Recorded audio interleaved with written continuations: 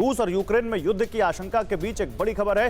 रूस के हमले से पहले यूक्रेन में साइबर अटैक शुरू हो गए हैं। यूक्रेन के रक्षा मंत्रालय की वेबसाइट पर साइबर अटैक किया गया और यह चेतावनी तो दी गई थी कि एक तरफ कन्वेंशनल वॉर हो सकती है, दूसरी तरफ साइबर अटैक और नए तरह के हमले हो सकते हैं, जिसमें कम्युनिकेशन वॉर भी एक बहुत बड़ा एक हथियार होता है। संजय, आप तो वॉशिंगटन से हैं, मैं आपके पास ही आ रहा था, बीच में अभिषेक हमारे साथ जुड़ गए तो उनके पास जाना जरूरी था क्योंकि वो कीव से हमारे साथ हैं। वॉशिंगटन डीसी के ऊपर एक बहुत बड़ा आरोप ये लग रहा है कि वो वॉर हिस्टीरिया फैला रहे हैं। वहां की मीडिया पर यह आरोप लग रहा है कि वो पैनिक फैला रहे हैं, जबकि वो जो ग्राउंड पे जो स्थिति है वो उस तरह की नहीं है जिस तरह की अमेरिका दिखाना चाह रहा है। अमेरिका का क्या रोल देखें हम इस पूरे मामले में?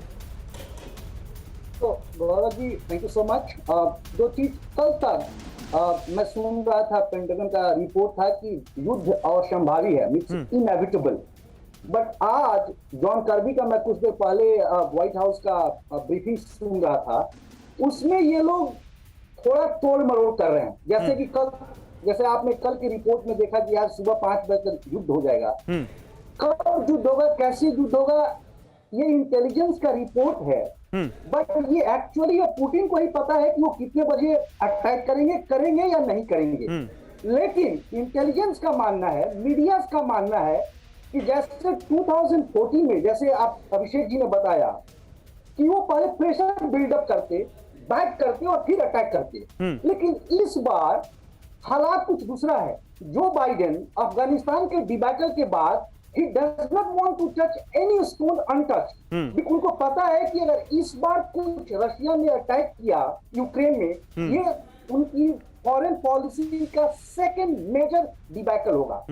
आपको लेकिन आपको नहीं लगता संजय कि पुतिन इस बार, पुतिन नहीं, जो बाइडेन ने जो इस बार दांव खेला है वो दांव उनके लिए बहुत ज्यादा रिस्की है क्योंकि सामने पुतिन जैसा लीडर है? ये है, लेकिन इनका मानना है, इन लोगों का मानना है कि अटैक होगा, क्योंकि आप जानते हैं कि Putin is very vibrant, right? He believes in diplomacy but not enough otherwise. और उनका 2-3 कारण है, मैं आपको बता रहा हूं। अगर युद्ध नहीं भी हुआ तो पुतिन बहुत सारा मोमेंटम गेन किए हुए हैं। दूसरी, फर्स्ट ऑफ ऑल, यूक्रेन अभी नाटो में सम्मिलित नहीं होगा। Major development for Russia. अभी नाटो जो है, नाटो में Ukraine is not gonna go. Second thing, आपको पता है कि मॉस्को की स्थिति बहुत ही खराब है, उनकी इकोनॉमी क्रिपल्ड हो रही है। और इस टाइम पूरे नाटो के अलाइज, नॉट ओनली यूएस। अरे तो फिर 60% फोर्स जो उन्होंने इलाके यूक्रेन बॉर्डर पर खड़ी कर दी है, वो किस लिए खड़ी कर दी है? वहां की ड्यूमा, वहां के दो एरियाज को वो अलग देश घोषित कर रहे हैं। ये तो बिल्कुल प्रोवोकेटिव है जनरल सिवाच। फिर अगर इकोनॉमी क्रिपल्ड है, उनको अपनी पाइपलाइन पे बहुत सारे सैंक्शंस लग जाएंगे जो उनके लिए बहुत बड़ा इकोनॉमिक हथियार है, इकोनॉमिक सोर्स है उनके लिए।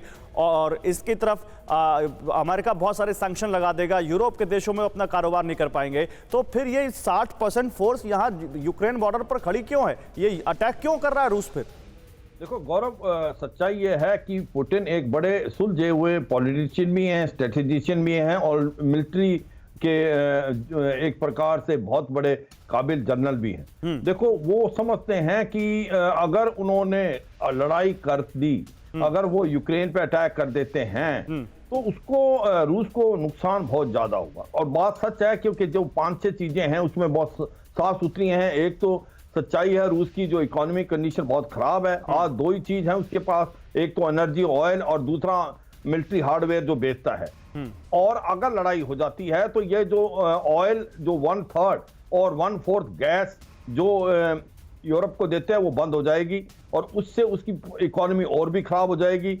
उसके साथ साथ क्या होगा कि यूक्रेन पे लड़ाई, अटैक करना तो आसान है, युद्ध स्टार्ट करना तो आसान है, पर खत्म करना इतना आसान नहीं है।